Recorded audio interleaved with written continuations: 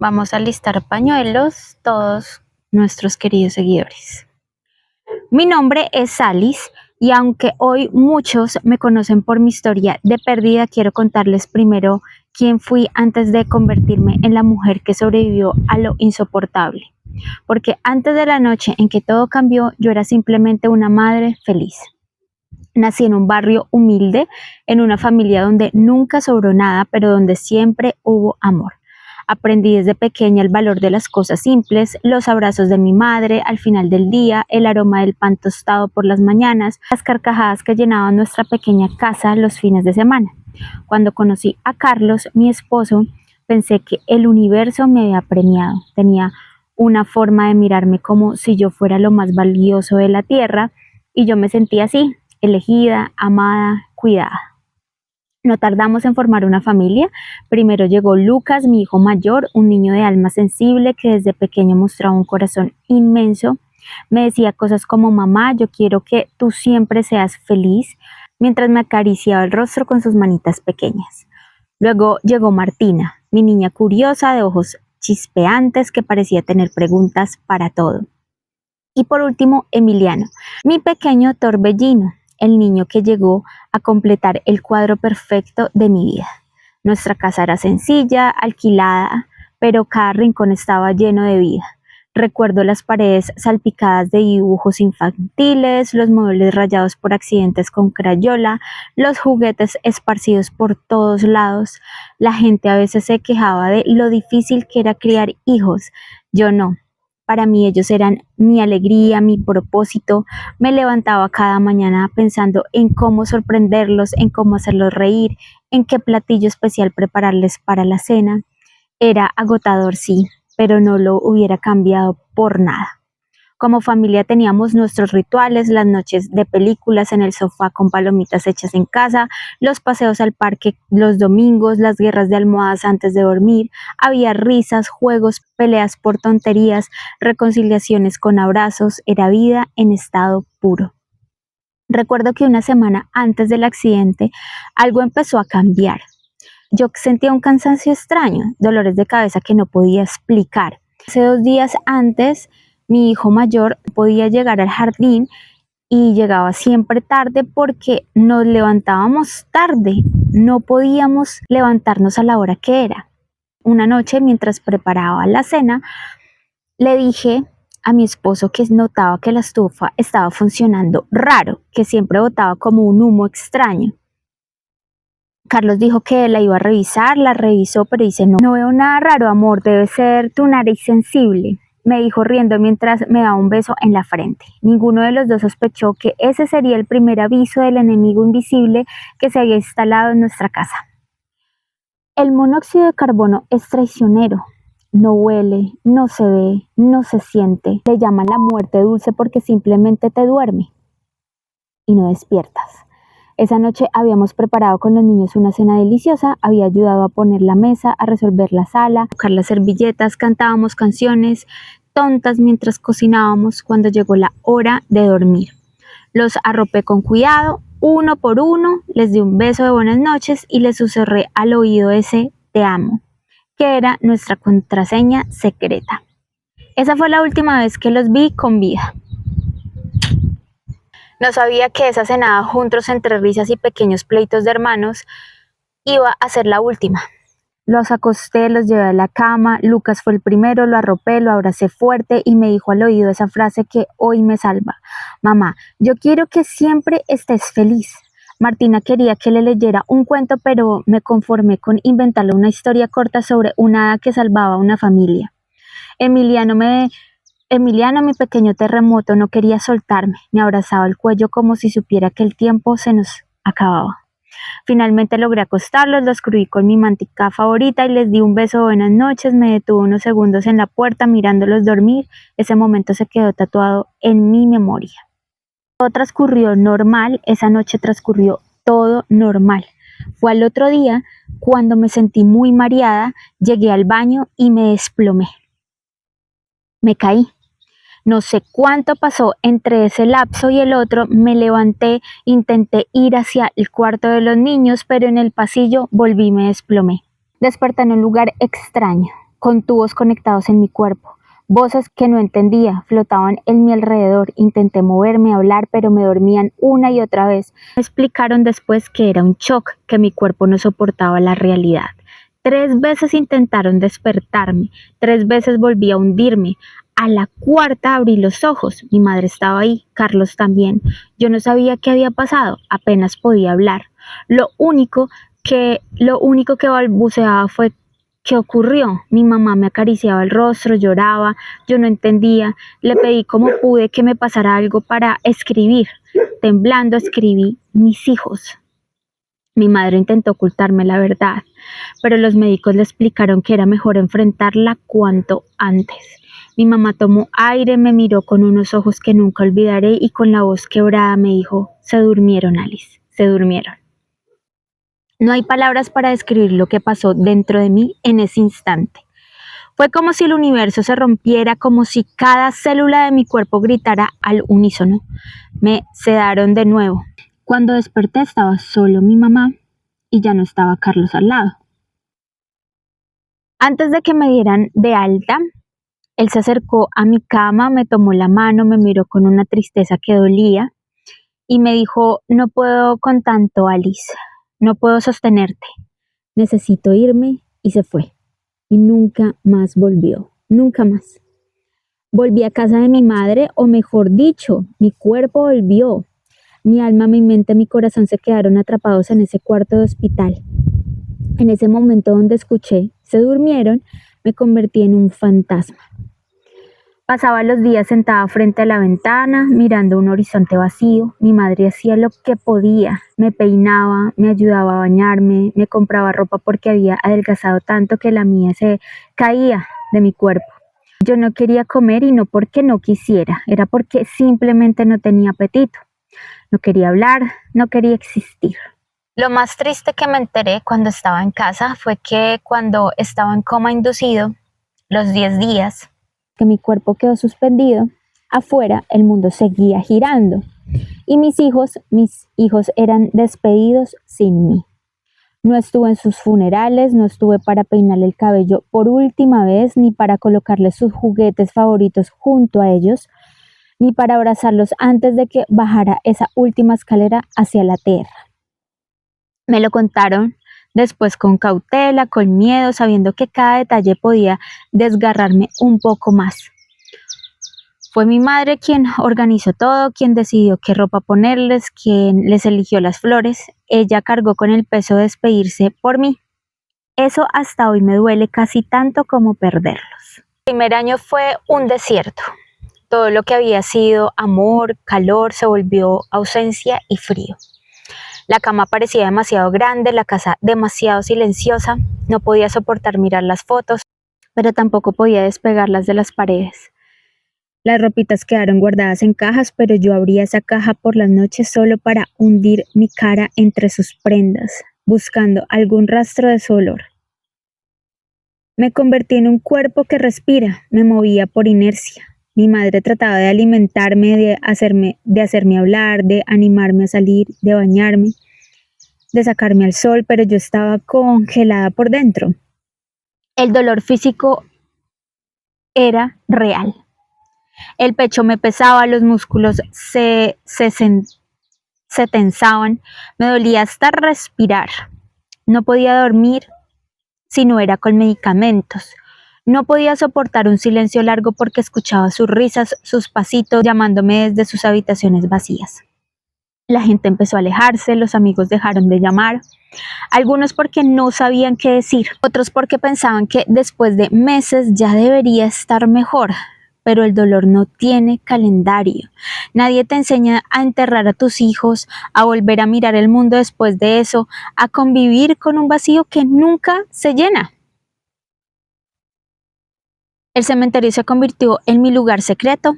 Iba cuando podía caminar, cuando me animaba a salir, cuando tenía fuerzas. Me sentaba frente a las pequeñas lápidas, les hablaba, les contaba cosas, les pedía perdón, sobre todo, les pedía perdón. Perdón por no haber sabido, por no haber evitado, por haber sobrevivido. La culpa era mi compañera más fiel. Me devoraba por dentro, recordaba cada detalle, el día que encendí la estufa, la noche en que cerré las puertas de su cuarto, la vez que le dije a Carlos que revisara la estufa, pero la dejamos pasar.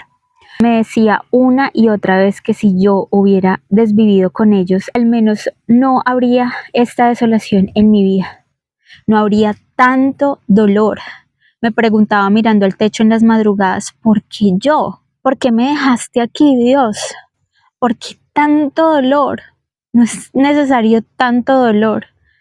Pero nunca hubo rabia, solo preguntas, solo un eco vacío. El tiempo comenzó a avanzar, aunque para mí todo seguía detenido. Los días eran apenas marcas en un calendario que alguien más arrancaba. Durante meses mi madre me sostenía de las pequeñas maneras que podía. Un plato de sopa tibia, un abrazo en las mañanas, una manta colocando sobre mis hombros cuando me encontraba sentada frente a la ventana. Ella fue mi única ancla, el único pedacito de tierra firme en un mar donde yo solo sabía naufragar. Las pastillas para dormir se habían vuelto parte de mi rutina, no porque quisiera que me desconectara de la vida, sino porque sin ella simplemente no podía dormir. Cada vez que lo intentaba veía las imágenes, Lucas abrazándome y diciéndome que siempre quería verme feliz, Martina riéndose mientras le hacía cosquillas y Emiliano balbuceando esas palabras que apenas empezaba a despegarse de su boca. Todo eso me atravesaba como cuchillas y entonces, con pastillas, por lo menos lograba silencio, un silencio prestado pero necesario. Pasó un año de vivir como una sombra, un año de mirar fotos, abrazar almohadas vacías, sentarme frente a un cementerio que conocía ya de memoria, un año en el que la vida siguió para todos menos para mí. Pero algo, no sé si llamarlo instinto, impulso, empezó a abrir una grieta en esa oscuridad. Fue mi madre quien un día me miró a los ojos y me dijo con una ternura feroz: hija, tienes que levantarte. No porque el dolor se vaya, él no se va a ir, el dolor no se va, pero porque estás viva, Alice, estás viva. Esas palabras no me sanaron, no hay palabras que puedan hacerlo, pero sembraron una pequeña semilla.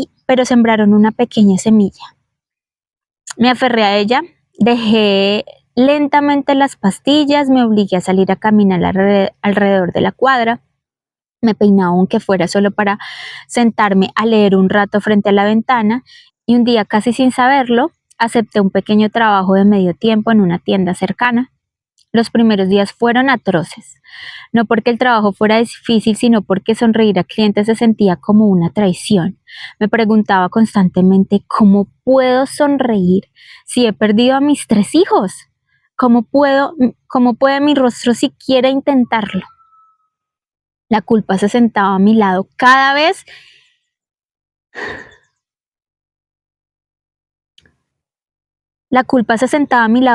que lograba tener un momento de calma, como un recordatorio cruel de lo que había perdido. Pero en medio de todo eso, empecé a recordar algo: las palabras de Lucas, sus palabras que se volvieron mis salvavidas.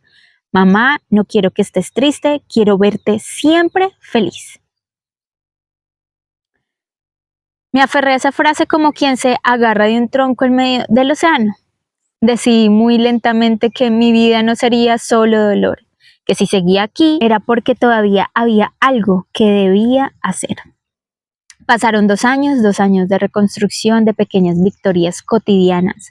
Fue entonces cuando apareció él, un hombre sencillo, paciente, que no intentó reemplazar nada, que no quiso ocupar espacios que no le pertenecían. Se acercó con respeto, con cuidado, con amor que no exigía olvidar, sino que aprendí a convivir con mi historia. Al principio lo rechacé, le dije: no te mereces esta carga tan pesada que tengo. Sentía que no tenía derecho a ser amada otra vez, que eso sería un insulto a la memoria de mis hijos. Pero él permaneció con silencios llenos de presencia, con abrazos que no pedían explicación. Así que me enamoré de él profundamente. No sabía que esto podía pasar después de tanto dolor, de tantas batallas. Pero luego llegó ella, mi hija, mi segunda oportunidad de abrazar la vida. No llegó a reemplazar nada, porque el vacío nunca se llena. pero llegó a mostrarme que todavía había luz, que todavía había mañanas, que todavía había canciones de cuna que podía cantar. No fue un proceso lineal, hubo recaídas, muchísimas. Hubo días en que el dolor me tumbó de nuevo. Hubo noches en que me levantaba a oscuras, caminaba por la casa y me preguntaba si todo lo vivido era un sueño, pero cada vez lograba volver un poco más rápido. Cada vez entendía mejor que la vida no se divide entre luz y oscuridad, sino que muchas veces ambas caminan juntas, de la mano. Hoy puedo decirlo con calma, nunca se supera una pérdida como la mía. No se cierra, no se entierra, no se borra. Se aprende a vivir con ella. Se aprende a caminar con el vacío a un lado, se aprende a sonreír mientras por dentro todavía arde. Mucha gente cree que si uno habla de la pérdida duele más, que lo mejor es el silencio, cambiar de tema, distraer, fingir que no pasó. Pero no es cierto. Lo que más duele es no hablar, no recordar lo que pasó. Lo que más duele es la soledad. La gente no sabe sostener el dolor de otro, y menos una pérdida. No está preparada. Algunos desaparecen porque no saben qué decir. Otros se impacientan, quieren que te levantes, que sigas adelante, que superes rápido lo que no puede superarse. Y ahí es donde la herida se hace el doble. Porque no solo lloras a quienes perdiste, sino que de pronto también lloras por quienes no supieron quedarse a tu lado. Aprendí que el duelo no tiene reloj. No hay fechas de vencimiento. Hay días en que respiras y avanzas. Y hay días en que el simple hecho de abrir los ojos es una batalla. No es cuestión de fuerza de voluntad, ni de fe, ni de optimismo. Es el corazón el que marca el ritmo y cada corazón lo hace a su manera. ¿Sabes qué ayuda a alguien que sufre? No es decirle no llores, no es apresurar su sanación, no es darle frases hechas. Lo que ayuda es sentarse a su lado. Es abrazarlo cuando tiemble, es dejar que hable o que guarde silencio.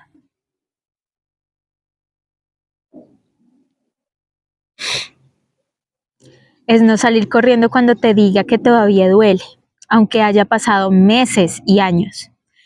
Es mirar con amor y paciencia.